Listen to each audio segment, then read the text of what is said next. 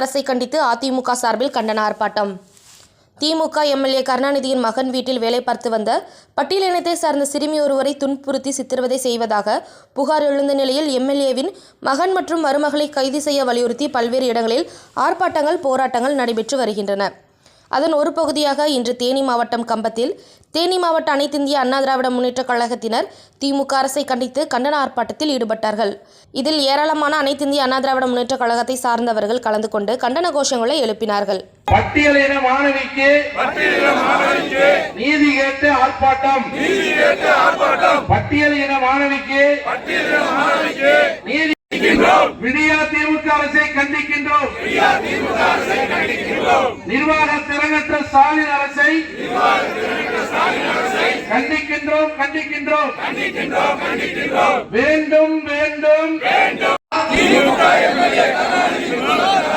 வன்கொடுமைக்கு ஆளான நடத்தப்பட்ட வன்கொடுமையை மறைக்கின்ற விடியா திமுக அரசை கண்டிக்கின்றோம். மக்கள் விரோத மோசடி அரசை வன்மையாக கண்டிக்கின்றோம்.